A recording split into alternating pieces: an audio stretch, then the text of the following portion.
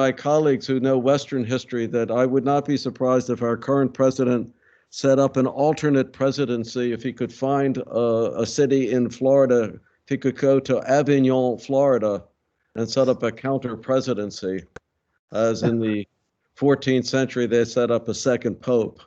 I think he would do it, but as a great American philosopher, Mr. Yogi Berra once said, "It ain't over till it's over." Right. And prediction of the future is hard because it's a future. It's hard. It's hard to predict the future because it hasn't happened yet. Well, I think since it's growing later in India, we should. We'll start at 10:05. It's 10:03. There's more and more people continue to tune in. I thank Dr. Dashwan Fung for his usual brilliant suggestion and his usual indefatigable efforts to build audience on behalf of this. So thank you for that. I think this may be the widest spread of nations, universities, and cultures that for a lecture at UTD that I've seen. So, okay. This is quite extraordinary. But Dr. Deepak, Professor Deepak, are you ready? Oh, yes, I'm ready since long.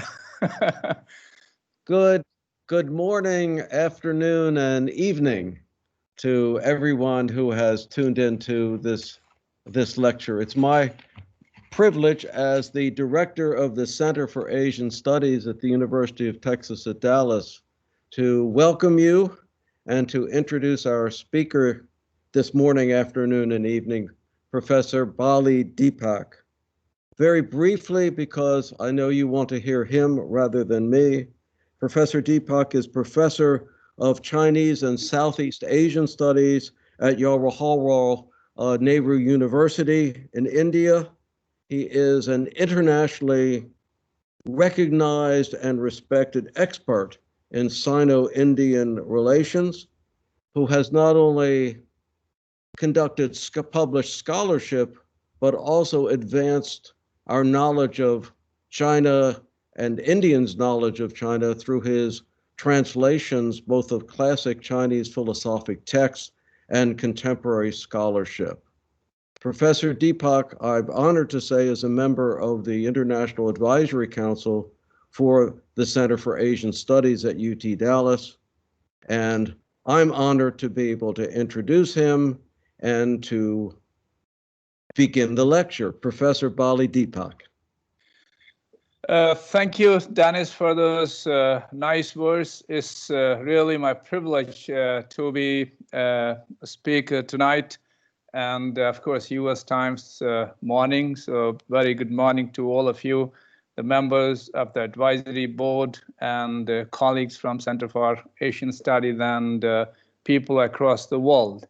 At the outset, let me congratulate Professor Dennis, for his lifetime achievement in China studies. I read it through the newsletter, which was passed on to me by Olivia the other day. So it is impressive, your contribution to China studies is impressive. Well, I have prepared some PPTs. Maybe if you allow me to share them on the screen. Can you see my screen? Yes. Yes. Great. Well, this is my forthcoming book, and some of the assumptions and maybe conclusions. So they are drawn on the basis of this book. This is in print, and hopefully in January this would be out, 2021. India and China Beyond the Boundary of Friendship and Enmity. At the outset, I would like to make a few assumptions, and then I'll try to, explain them, expound them further. as we go further with the lecture. Dennis, may I know how much time I have got so that I utilize my time that way? I would think a 40 to 45-minute lecture, so that we would have time for questions, if that's permissible to you. Great, great. So yeah, 40 minutes, yeah, it's good enough, 40 to 45 minutes. Great. So at the outset, let me make a few assumptions. My first assumption is the portrayal of India-China civilizational ties. It has been, pronounced as glorious and benevolent by both the sides, especially the leaders of India and China, whenever they, have these unofficial or official summits. But there were aberrations too, and both sides, they don't talk about these aberrations. My second assumption is the colonial period is overshadowed by the British expansionism and Indian people deemed as good for nothing, but there were strong anti-colonial camaraderie, between Indian and Chinese people during this time, and many people, they ignore this facet of India-China relationship. My third assumption is in modern and contemporary times, the images built during the colonial times dominated the discourse and led to the conflict. I'll explain further, as we go through the lecture. My fourth and final assumption is the understanding and equilibrium reached during the last 3 decades between India and China, it have been lost. And there is a need for a new equilibrium. So these are the 4 assumptions I make in the beginning, and then let me go through these one by one and expounding them further. So first is the civilizational images, and my premise for this is a conceptual framework which I have borrowed from the Chinese scholarship, and recently some of the Indian scholars, those who have been trained in US, they have also further expounded this concept. And the concept is circulatory movement of ideas, technologies, commodities, and people. In fact, Professor Chi Xianlin, whom I have the honor to meet when I was a student in Peking University and learn from his works and his expertise on India-China relations. So it is expounded by him initially. And of late, Professor Tan Sen Sen of the New York State University, he has further maybe elaborated it in his book, India, China, and the World, which was published last year, and I happened to write the review for that, mostly dealing with the colonial era, but not ancient period. And I think it is extremely strong conceptual framework which Professor Chi Xianlin has made, and there are various reasons for that, because he believes that civilizations, so they are not the creation of a race or a community, but it is a collective creation of various communities or polities, or in old times, say, kingdoms coming together. And it is the result of this sort of like collective thinking or this circulatory movement that new things are created. An innovation takes place, as we have seen India and China, specifically when we talk about Buddhism. Buddhism as a religion, it didn't go straight from India to China. It took a circulatory route through Central Asia and then onward to China, and absorbed various elements of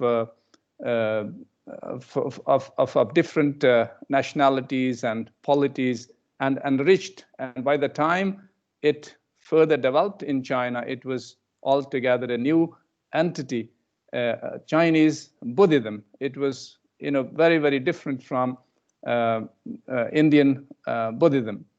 So, and the kind of images it created in China, it was impressive. For example, the images related to Avalokiteshvara, images related to Bimala-kirti, and the accompanying sutras, which were unheard of in Indian Buddhism, as a result of these collective efforts of Indians, people from Central Asia, and Chinese. So they created the entire repository of Buddhist literature in China, and then, of course, it went further to Northeast Asia and also Southeast Asia. And translation of sutra or sutra translation, it played an extremely important role in creating these new the innovations. And along with this sutra translation, I would say that various knowledge systems from India and elsewhere, especially Central Asian polities, so they made inroads into China and enriched Chinese literature, Chinese music, language, even theater, so on and so forth. And I think in return, if we see some of the things which came back to India, some of it maybe in terms of the backflow of Buddhism, people have talked about it. Xianlin himself has talked about it. But more so, I think, dissemination of technology from China. So technology from China, so they balances it out. If the spiritual, if the dissemination of spiritual ideas, so they went from India to China, I think it was balanced by the dissemination of technologies from China to rest of the world, including India. And of course, there are whole lot of ideas which could be talked about, but here I will only delve into two examples. One is the example of language, and another maybe the sugar. So these two examples I will point out. For example, the language, primarily Sanskrit at that point in time.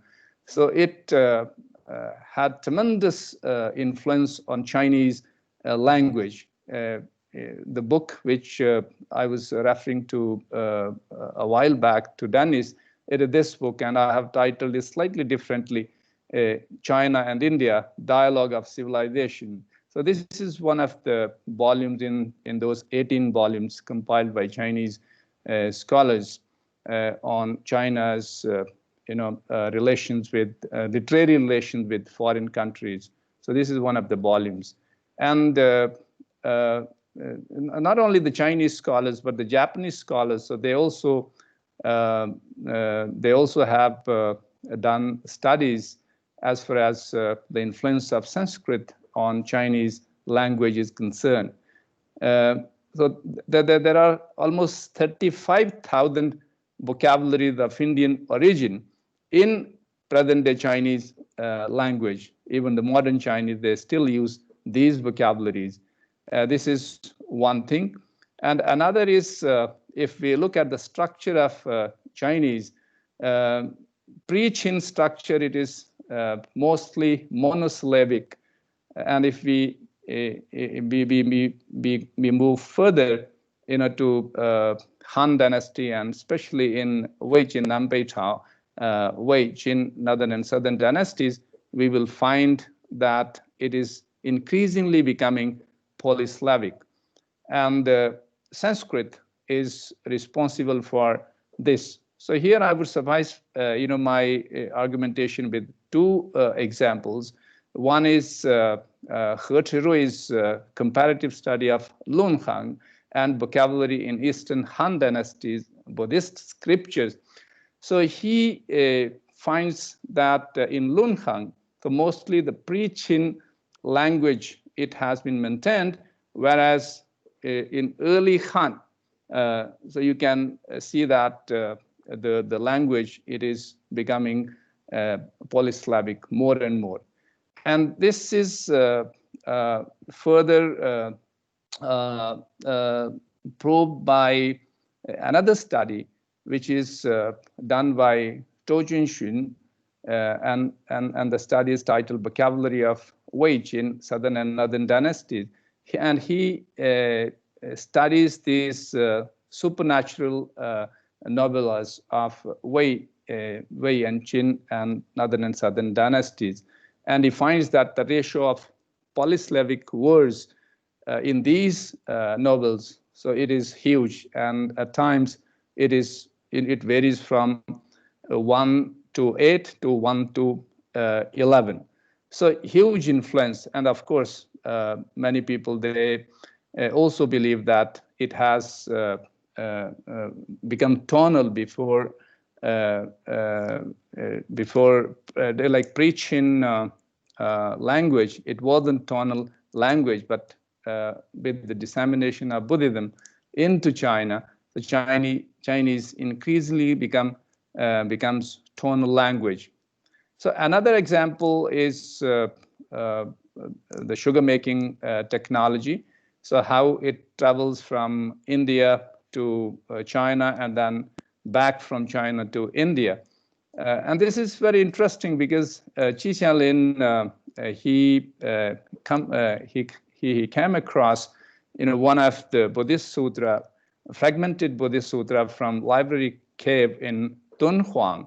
And on the basis of that, and he discovered that on the back of the sutra, the sugar making technology or technique, it was written, and it was clearly written that how to make the recipe, and how, of course, the sugar which this sutra is talking about is not the white granulated sugar which we see now, but crude sugar, or maybe a jaggery, if we can call it. And of course, to some extent, I think Xuanzang, or Hunsang, as he's known in India, he was also responsible for forging closer relations between Indian polity and Tang dynasty. And it was during Tang dynasty that Emperor Taizong, he sends envoys to learn the technique of manufacturing sugar, it was tested in Yangzhou workshop, and the color and the taste, according to the experiment, it was indeed better than the Indian produce. And Qi Xianlin, so he has written this 2-volume Tangshi, the history of sugar. And later on, for a long period in time, China experimented. Of course, they were assisted by the Egyptians, and there are records to refer to that. And granulated sugar was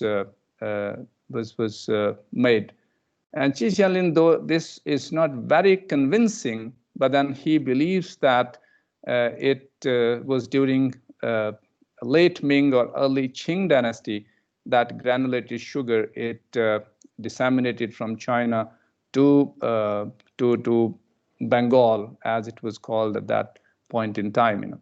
And he narrates that while he was compiling the history of sugar, he accidentally discovered the following sentence in account of Bangla in Chuan 32nd of Ming Shi, the Ming history. And it goes, the officials of various ranks knew the handling of documents, medicine, fortune telling, astrology, and all trade and skills were the same as practiced in China. They had been imported from China in earlier times. So he believes that this included the import of sugar by Bengal from China. I think this is one part of it, but then I think there is another part of this which I had flagged out in my first assumption. It is that, was it all hunky-dory? But I think it wasn't, and our leaders, especially when they meet during these summits, so they are shy of talking about the reality.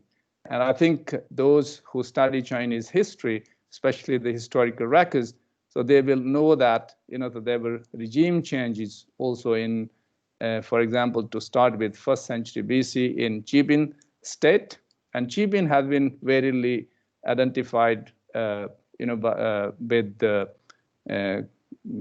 Gandharas or Peshawar, and in fact this is a huge geographical area, but Xuanzang had also identified it with the Kashmir, and the killing of Aziz II by Chinese forces.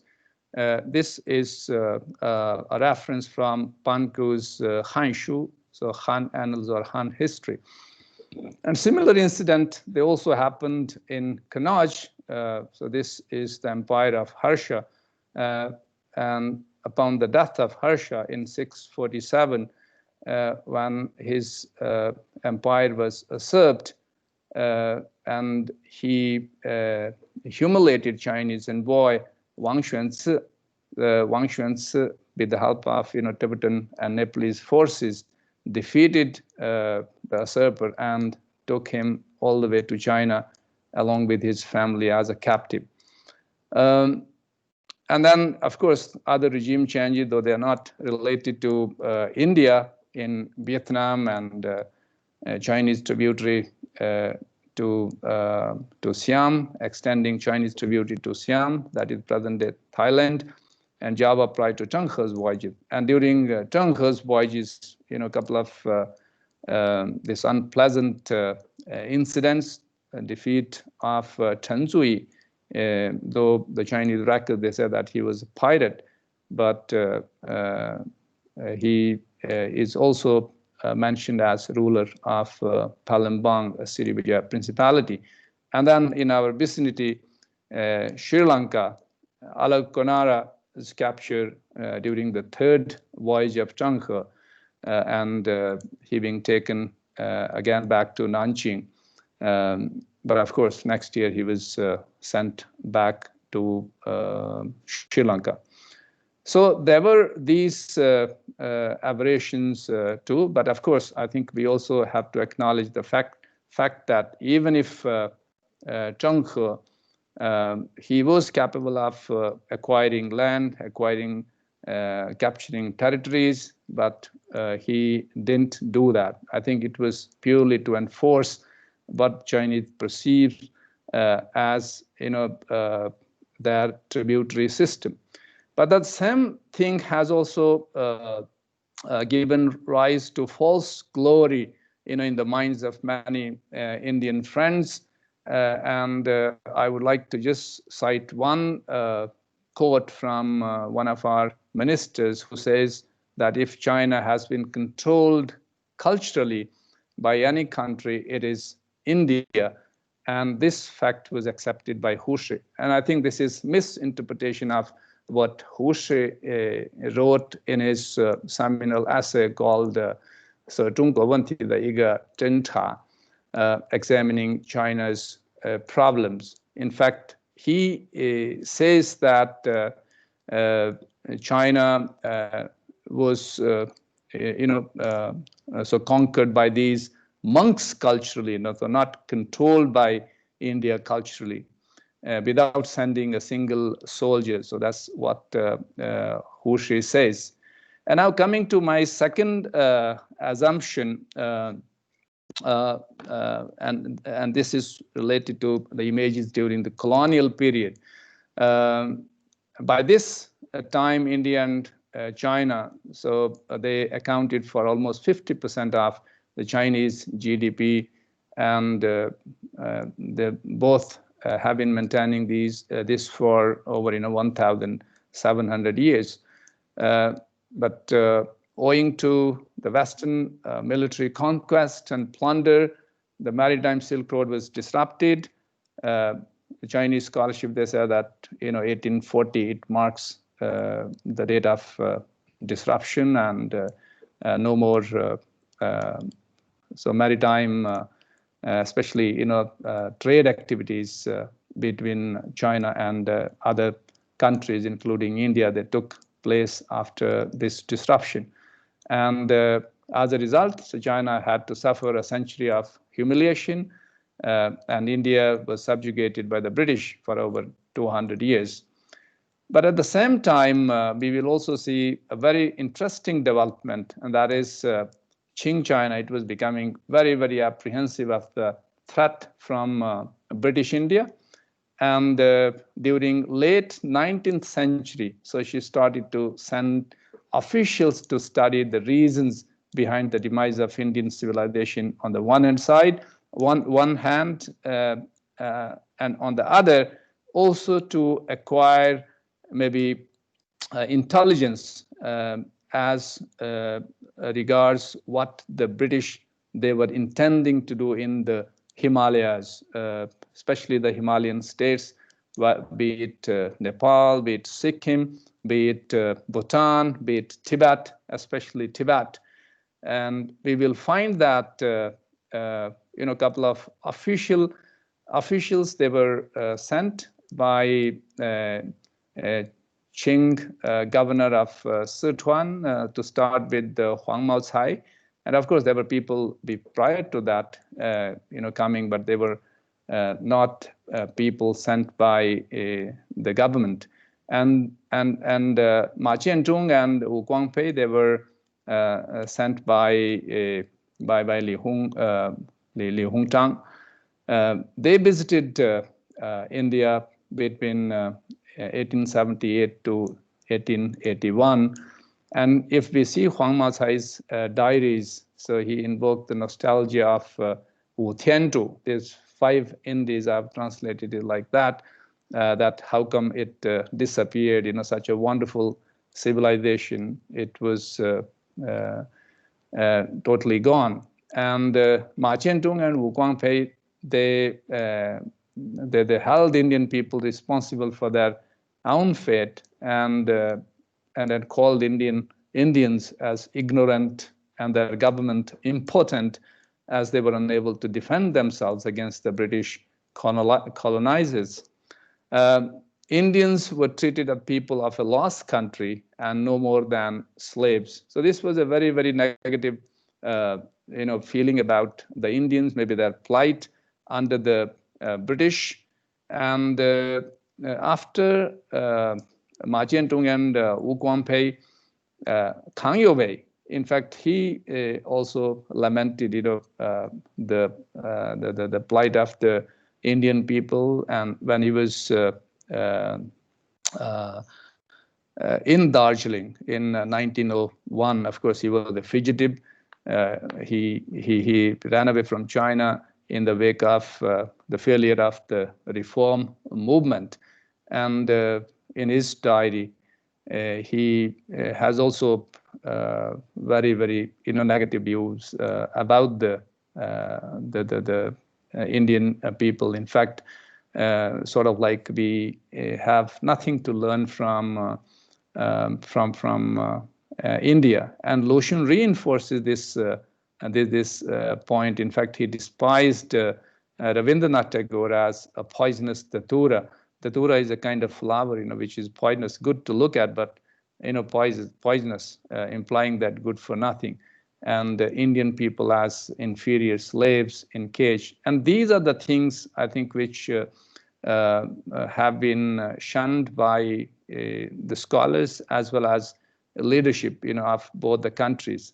And I believe that these images of the colonial period, they were continued to the modern and contemporary times, and maybe led to the conflict later. So I'll come to this a little later. But at the same time, there were totally different side to these images, and these were extremely benign images, and many people, they don't know about the happenings. For example, during 1857, that is the first war of independence in India, many people, so they joined many British Indian soldiers stationed in China. So they switched their sides and supported Taiping rebels and fought shoulder to shoulder with them, the British as well as the Qing forces. And this is also not known to many people.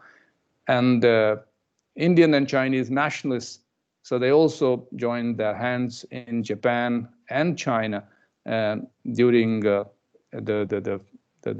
during India's freedom movement. And many leading Indian nationalists, they had close friends with Sun Yat-sen and Chiang Tai-yan, those who were also living in Japan at that point in time, and rendered mutual support and sympathy to their cause of dislodging the British from India. Of course, the kind of plans and the schemes they plotted, they were not successful, and then the nationalist and the revolutionary, those who escaped from India, so they were hunted down by the British intelligence agencies, whether in India or in Southeast Asia or even in Japan. And the other revolutionaries in China, so they had offices all over the places. Most of these people, so they were the Sikhs, from some people, so they were policemen in Shanghai. Some of them, they were army men. Some of them, they were migrants, coming from Europe and America and congregated in China. So their job was also, to dislodge the British through an armed rebellion, and they were in close touch with, in fact, both the political parties of China at that point in time, the communists as well as the KMT. And during the War of Resistance and Second World War, of course, there were again, people of India going to China, helping them in their War of Resistance. Dr. Kotnis, this is the statue in Shijiazhuang. So he was one of the doctors who was dispatched from India, and he helped the Chinese, and particularly after going to Yan'an, Eighth Route Army. So I mean, there are both two sides of these images, the benign images as well as totally negative images of India and China. Now, if I come to my third assumption. I think Galvan I wrote wrong. It should be W-A-N. The problem, I think, is with the legacies. China is quick to blame India that they accepted colonial legacies, the British legacies, not only inside India but also British influences in Himalayan state, including Tibet, and these were reflected in a couple of things. To start with, one is Asian Relations Conference of 1947, early 1947, when Tibet was invited to the conference, and there was a lot of you can say hue and cry as far as the map of China was concerned during the conference. And another fact, and these two things, Asian Relation Conference and China's request for abolition of 1908 trade regulation, so it happened during the nationalist government period in time when KMT was still there. And this, in fact, the second one, it was in 1948. But India at that point in time replied to China that all the relations with China or Tibet, so they would be governed by the 1913-14 Shimla Conference. And the Shimla Conference, it recognizes McMahon Line in the eastern sector as the boundary between India and China, as far as the notes and memoranda exchanged between the British and Tibetans were concerned. Of course, Chinese, they said that it is illegal since initial we didn't sign or ratified the agreement as such. And we would also see that after the communist they take up and establishes Republic of China, People's Republic of China, and I think it was the similar story. So I hold that irrespective of Communist Party of China or KMT ruling China, India and China, so they were headed for confrontation in any case, as could be seen from the first two things. And so China, of course, so they thought that they are a victorious nation. They have sacrificed a lot during the Second World War, especially while fighting the Japanese. 35 million people were killed. And India should not be taking sort of the leadership role in Asia. And that was not acceptable to Chinese leadership, and they believed that India was punching above its weight. And this, of course, is reflected in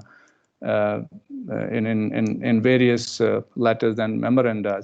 But of course, there is also another side of this, when both the leaders, they try to put the differences under the carpet and so try to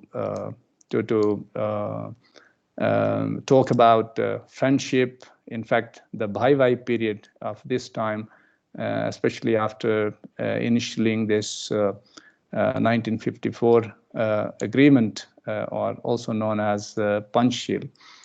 But underneath, I think there were a lot of problems right after signing of this agreement. There were problems in western sector. There was problem in eastern sector.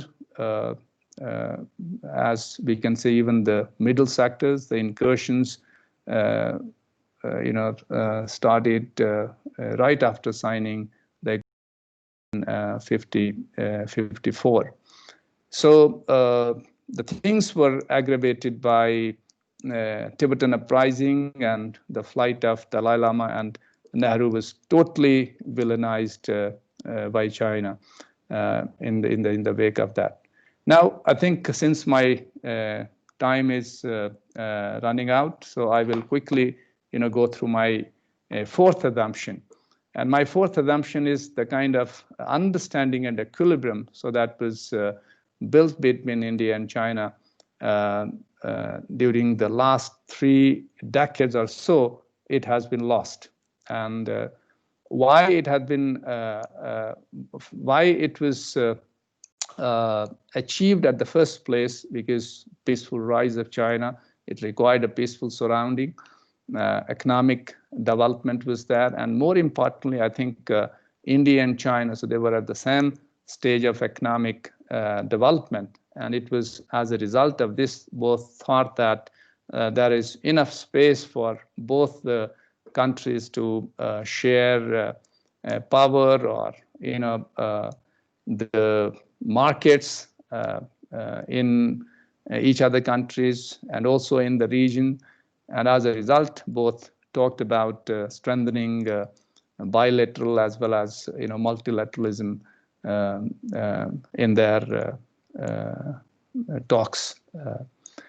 And both they reiterated that they are partners rather than strategic competitors, and to 2 areas where the things or the policies were coordinated.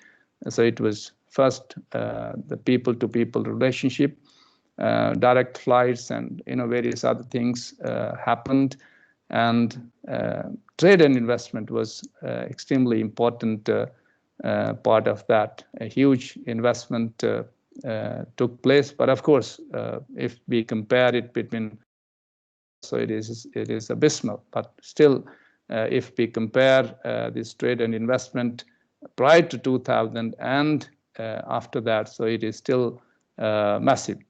But this equilibrium and understanding, so it has been lost post, I would say, Olympic. The fishes has already been seen developing in India-China relationship. And of course, there are various reasons being given by the scholars, in fact, Chinese scholars. So they are referring to deteriorating China-US relations, and India tried to take advantage, sort of like fishing in the troubled waters. Abolition of Article 370s, 370 is another, and then maybe we can count many other examples. But I think most important, which I believe, irrespective of these examples which have been cited by the Chinese scholars, it is the shift in the balance of power. China firmly believes that the shift in the balance of power, it is hugely in their favor, whether it is at the world level or at the region, especially in the region. So therefore, the earlier thinking that there is enough space for sharing power in a trade and investment, so that is it is getting diluted. And of course, Chinese, I think they still believe that trade and investment should be not clubbed with the rift or the difference of opinions, whether it is border or any other thing. But India, at this point in time, they believe that it cannot be business as usual. Why? Because India firmly believes that China is not interested in identifying the line of actual control, because China believes that it has made the line of actual control more accessible to it because of the massive infrastructure development which has taken place inside China, whether be it the highways, from Qinghai to Lhasa, whether Chengdu to Lhasa, or whether from Yunnan to Lhasa. So this is the highway or whether the railway map of China is concerned. So they have made Tibet and Xinjiang accessible to these, accessible by building massive infrastructure along the border. In fact, some of the tributaries of these railway lines, so they are reaching right up to, Indian borders, and there is a concern in India. So why it is going this way, and India believes that China is following a three-step strategy to change the status quo. First, to lay huge claims to the land, and then, by way of force or military means, take control of the areas, and at the same time use this international clout, to influence public opinion in its favor. And ramping of border infrastructure by India, it has been seen as a threat, and saying that the infrastructure developed by India, especially the road which India opened up of late, in fact last year, from Durbuk-Shiok to Daulat Beg Oldi, a 255-kilometer long road. So it has been, not seen in a good light by China. Of course, there are other factors. The geopolitics is there. U.S. factor is always there. India's proximity with the United States is, another example given by the Chinese scholars. And as a result, because this disequilibrium has taken place, so the border standoffs, whether it is 2014, 2015, or 2017, and even the bloodiest one, that took place recently. So my last point in maybe 1 or 2 minutes is, I think since the equilibrium has been lost, so there is a need for a new equilibrium and understanding between India and China. So first thing, both India and China, I think they need to shed this kind of paradigm of looking down on India, and India not thinking big about China. I think China must recognize that India is a big emerging country. It is not a small country, and in future it is bound to become the 3rd largest economy in the world, and it will play an increasingly important role in international affairs. And at the same time, I think India need to reconcile, with the rise of China, and learn from China's rise, especially the elevation of poverty, that how some 800 million people, so they were elevated from poverty in such a small period in time. So I think there is still a lot of room for pragmatic engagement, but I suggest that this East-West swap of India-China border, it is still the most viable solution.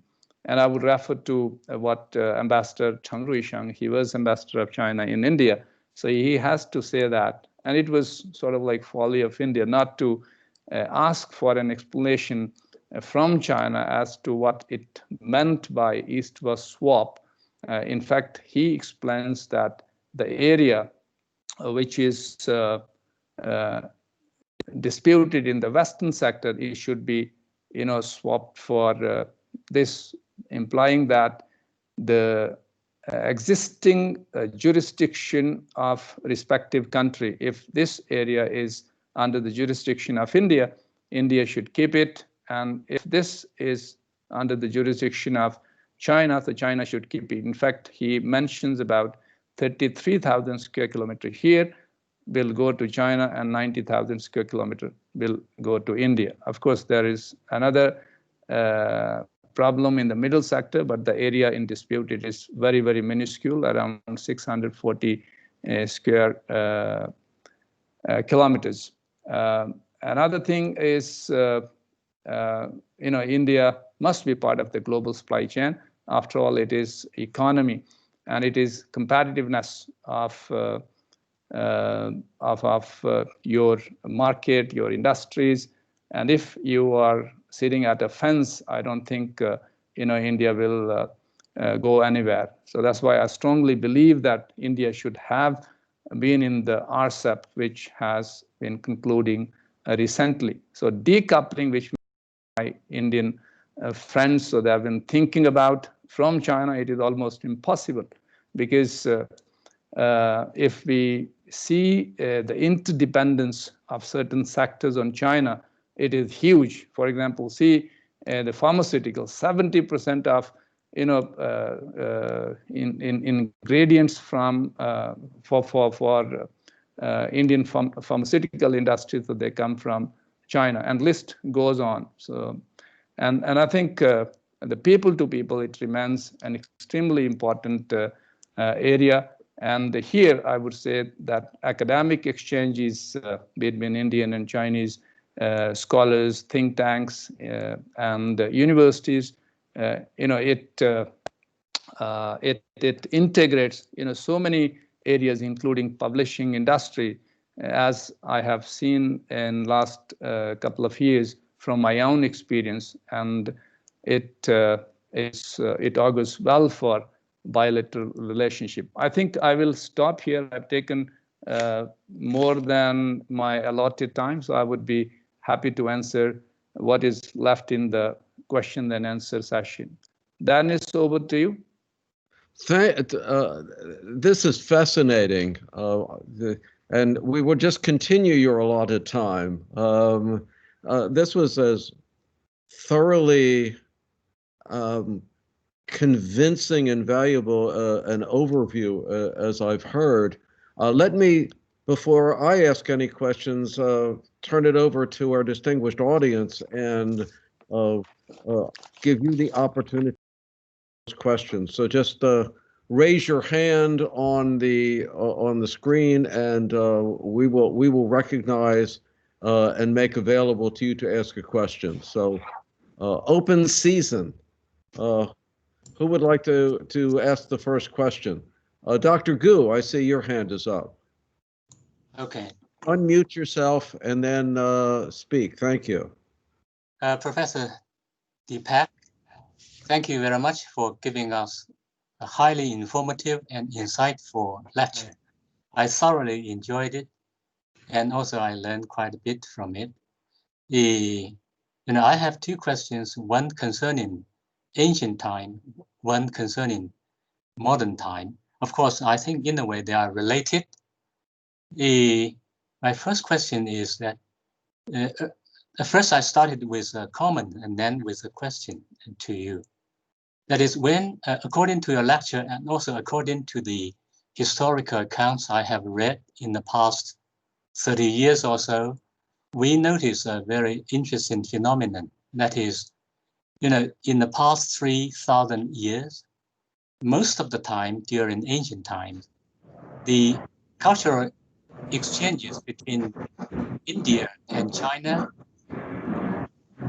is basically peaceful, friendly, and mutually beneficial. But then, in modern times, things have been changed, right? There's the conflict, confrontation between China and India. So obviously, we would like to ask the question, why for 3,000 years in ancient time, the civilizational exchanges between China and India is peaceful, friendly, and mutually beneficial. And then why in modern times, the civilizational exchanges between China and India have become problematic? Now, I have, one idea. I would like to know whether you agree with me, That is, all the trouble are created, I think, by colonialism and colonial legacy.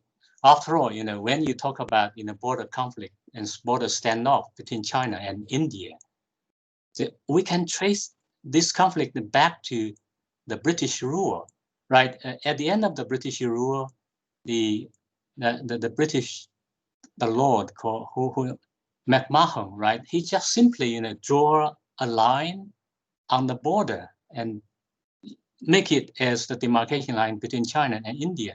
So that's you see, the ultimate source of conflict. So my question is, would you agree with me that in the ancient time, China and India, had always had friendly and peaceful coexistence and mutual beneficial relationship, and then in modern times, things become sour. So do you agree with me? We may attribute the root cause to the colonial expansion, particularly British colonial expansion, and also we can attribute it to the colonial legacy. So that's my question. Would you agree with me? Dennis, shall I answer, or are you going to collect some more questions? No, let's answer. I have after you answer this question, a guest Max Liu will have a question, and after him Roger Molina. So I think let's answer them as they occur. Okay, sure. So Professor Ku, I think I partially agree with you, and I partially do not agree with you. Why I agree with you is that yes, because Buddhism in ancient time, it acted as a catalyst, sort of like umbrella for most of the exchanges between India and China, and Chinese emperors, for the good of their own self, or for the needs of the empire as such, because it was the period of disintegration in Chinese history, and they required this Buddhist faith, more than anything else, and willingly patronized and absorbed various elements to their own advantage. So that is one thing. And I think another thing is that, and this is harsh reality, that there were no common borders between India and China during ancient times. And this is, I think I would say it very, very bluntly. Tibet was a buffer in between. And as far as colonial legacy is concerned, I would say that, same thing applies to China. Problem is that when China is quick to tell India that you have accepted colonial legacy, but it doesn't accept the imperial legacy. So that is the problematic, according to my reading of Chinese history. For example, if we talk about late Qing military expeditions in Tibet, if young husband carried out military expedition in Tibet in 1904, and subsequently culminated into this Shimla Agreement, and the byproduct of that was McMahon Line.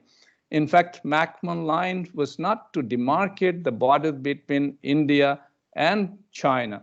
It was to demarcate the border between inner Tibet and outer Tibet, and that we have to agree. And China, Tang Fan is plenipotentiary. He signed the draft of the Shimla Convention, but once it was dispatched back to the empire, so they refused to ratify it, and that creates problem. Otherwise, it would not have been a problem between India and China as such. And if we talk about British legacy, I think I have slightly different point of view. I would have questioned, 1908 trade regulations, Article 6 of that, which clearly tells that unless and until British relinquishes their extraterritoriality in mainland China, they will not relinquish it in Tibet as well.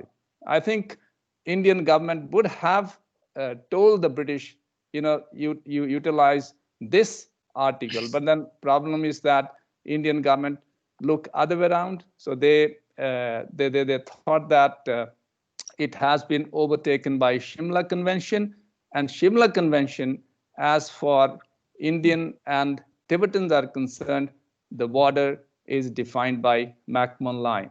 So I think there are problems from both the sides. The problem is that at this point in time, both India and China, they need to reconcile to these realities and reach an understanding that by occupying certain areas in no man's lands, so it is not going to be beneficial for any side. I think I will stop here. Dennis, you may invite the next question. Yeah, we have a number of questions. I'd like to, if the folks could keep their questions to one specific question, because we have 4 more people already. Max Liu is a guest. Max, you have a question. Thank you, Dennis. And this is Max from Canada. And thank you, Professor Deepak, for this great, super informative session. And my question is, the U.S.-China relationship in Washington, D.C.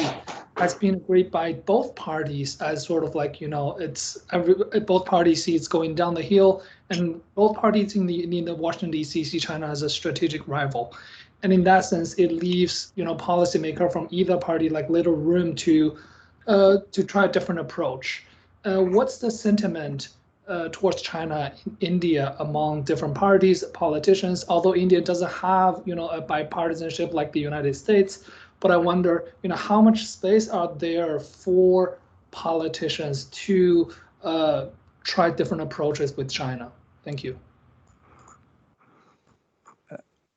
I think as far as China is concerned, in India, the opinion is varied. I would admit that there are different constituencies and political parties, so they hold different view as far as China is concerned.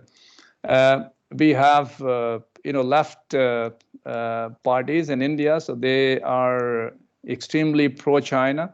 In fact, they have invited ire of the centrist as well as the rightist parties in India. And the rightists in India, so they are, totally sort of like anti-China, but they are also very, very pragmatic. And if we, talk about the relationship China and India during these parties, especially see Prime Minister Vajpayee. In fact, if you go through the memoirs of Taipingko, who was one of the special representatives, who are engaged in discussing India-China border, so they almost cracked it in 2004, 2005, 2004. Unfortunately, there were general elections in India, and the Congress, which is considered as a centrist party, so they came to power, and so they had certain historical baggage. I've been talking about colonial legacies, and including 1962 blunder, so on and so forth. So they went slow on it. As a result, so we are at the square one, and we're not been able to resolve the border. And as of now, I think it has been complicated by China's rise, I would say, and its assertiveness in the region and along the border. But I think as far as political parties' approaches, Indian political parties' approaches toward China are concerned, they are really varied. It is really like the way the Indian democracies, the approaches are also as varied as it could be. Thank you. Thank you very much. My colleague and friend Roger Molina has a question.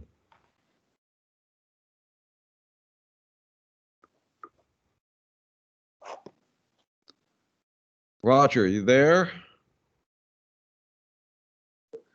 I think I cannot hear him. I can't hear. Well, Roger tries to find. Well, he tries to get. Sam Chen has a question also. A guest, Sam. Hi, thank you. Unmute yourself. Yeah, this is Sam Chen. I used to live in Dallas, and thank you for inviting me to the lecture. It's a wonderful lecture, Professor Deepak. My question is, for your research, you probably have to do a lot of it in China. For example, you have to travel to China, travel to colleges and universities in China, and then talk to the key people, for example, other researchers or government officials, or even the ordinary people to get your first-hand information. So my question is, do you think you have the relatively like full freedom to talk to the people you need to and speak your thoughts and collect the information as you would in, like, let's say India or other countries? Thank you. Yeah, this is a very interesting question. Yes, I think, I am associated with many universities in China, many think tanks in India, in China, and also have been instrumental in forging a close relationship between Chinese think tanks and Indian think tanks and universities, including publishing industry. Yes, I have had the opportunity to frankly engage Chinese scholarship in discussing India-China relationship, bilateral or regional, or quite frank discussion. But then the problem is, we may have very frank discussion at different level. But when it comes to publishing or speaking in public, there are certain restrictions, and you simply cannot have your way as you may have it in US or in India. So I think it is because of the system or ideology and the way Chinese system works. So I think that has certain limitations. I don't think I can go beyond that. Thank you. Thank you. And Trivikram Dash has a question. Hello, Professor Deepak. I'm from Dallas, Fort Worth area. We've interacted a little bit on Facebook. Nice to finally talk to you in person. I've been learning Mandarin kind of on and off, and I found it very interesting when you mentioned that Sanskrit influenced, brought about tones in the Mandarin language. So that was very surprising. Was the reason you think before it was monosyllabic, and perhaps Buddhism introduced a whole bunch of vocabulary, so there's only so many words and ideas you can express with monosyllabic words?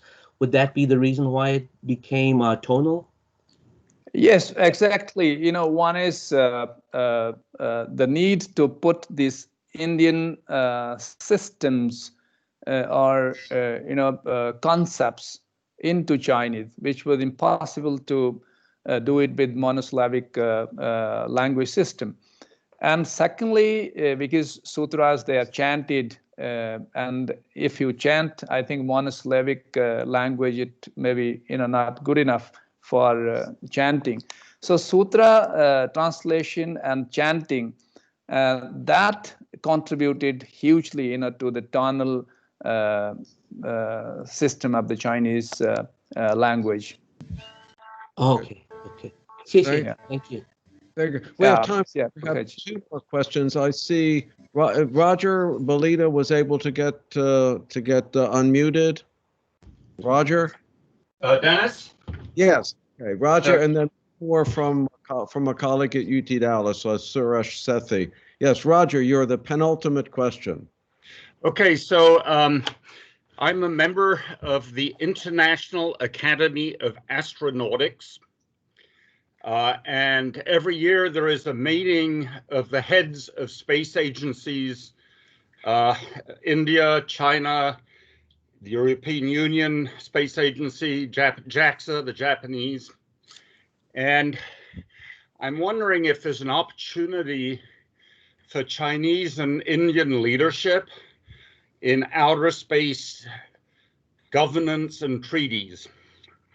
As you know, we're now getting very excited with a lot of missions to the moon and Mars, but none of the international regulations have been endorsed by the leading countries. As you know, there's a lot of concern right now about space debris in orbit around the Earth, the 5G threat, competition between different countries on who controls GPS, internet, and so on. So do you see any leadership opportunities for India and China to take the lead on international space treaties? This is a very, very difficult question, and maybe, I won't be able to do justice to it. I would only say that India and China, so they have signed a lot of things on paper, but as far as executing part of it is concerned, I think they are absolutely pathetic. This is one thing, but yes, I think outer space remains one of the greatest concerns, especially when we are talking about the fourth industrial revolution, and if we go by Make in China 2025, it is one of the priority areas which China has identified, and the kind of testing missile technologies. So they are venturing into both these countries. So I think there should be a certain maybe understanding and collaborative approach as far as outer space is concerned. But given the security dilemma at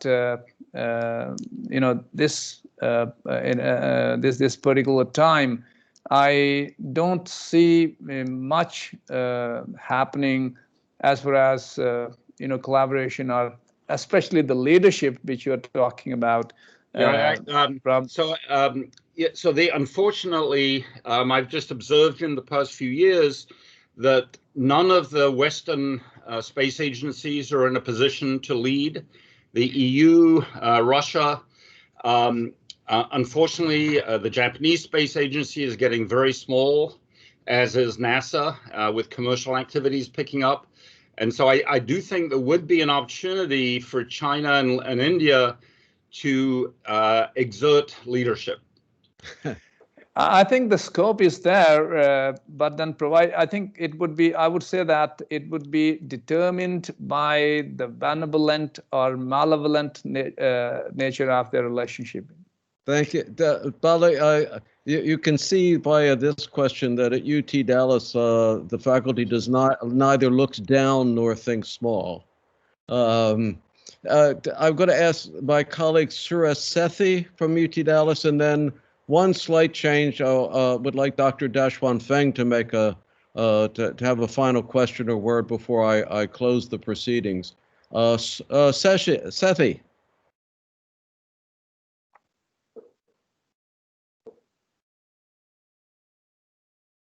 No, I cannot hear.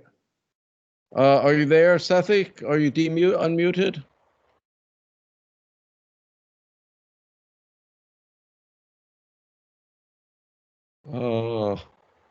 Well, I can't hear anything. I can't hear Dr. Sethi, and he's always worth hearing. Dashwan, would you make a comment before I make a few final comments? Can you hear me? Yes. Okay. Hi, Bali. Hi. Since you come from Jawaharlal Nehru University, I think it is appropriate to ask the following question. In 1946, January 20th, Mr. Nehru said that if India and China hold together, the is assured. What was his optimism to make that comment, and why in the subsequent 70 years this optimism turned somewhat into pessimism? Thank you, Dashwan. This is a brilliant question, and of course I have gone through this, and Nehru said this to none other than your dad, who was a correspondent at that time in India. I think I agree what Nehru was having in his mind, and for my PhD, I have gone through most of Nehru's selected works, first series and second series, and in fact, I have made huge photocopies of what he has said on China, right from, I would say, his connection with Chinese delegate in 1927 onward. Nehru remains one of the leaders in India who has written and spoken maybe a lot about China. No other political leader in India has written so prolifically on China as Nehru has. And he was always, looking for friendship, and he believed. In fact, he is the one who said that revolution in China, the communist revolution in China, it is, the rise of Pan-Asianism, and it is anti-colonial in nature, right from the beginning. And he talked about that India and China, they are the natural allies. It is him who was, giving the slogan of Hindi Chini, Bhai Bhai. And then I would say that as far as the border issue was concerned, Nehru was also willing to resolve it on the basis of East-West swap. And that's why if we see the parliamentary debates of Nehru, he has hardly talked about Western sector, which is such a huge flashpoint at this point in time. And his talks with Zhou Enlai, and they also reveal that they had sort of reached consensus that this is the way they are going to resolve the border.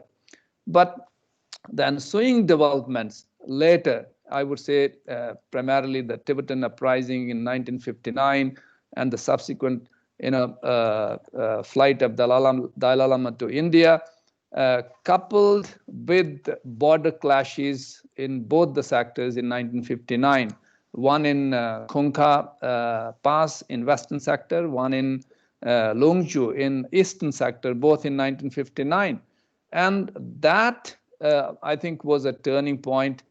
And the opposition, the entire parliament, as well as media, it totally went against Nehru, said that you cannot do it. You don't have to appease the Chinese, and even you don't have to accept Zhou Enlai's invitation, and especially his visit to India in 1960. In fact, he was forced. So therefore, I think it is unfortunate that the events, the way they developed in the mid-50s and subsequently culminated in 1962. So it was a big shock to Nehru. In fact, many believe that he died of this shock. He found it unacceptable. He never thought that China and India, they would reach this step.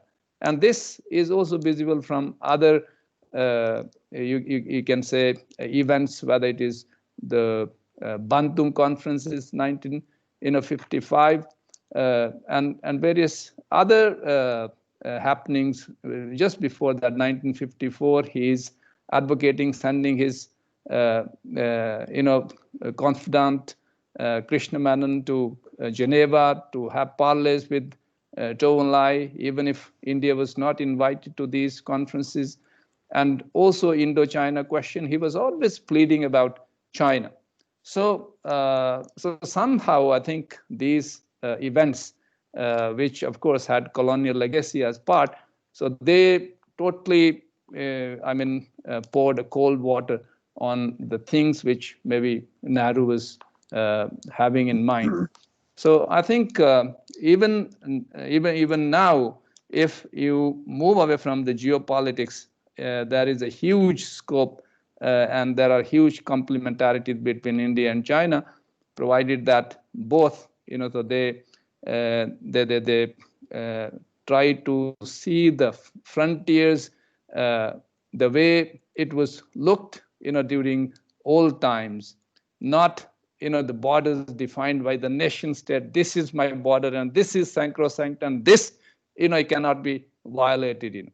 This approach has to be got rid of. Otherwise, I think India and China, this confrontationist approach, it will be there for a long time to come if we don't move away from this paradigm. And thank you for that question, Dashwa.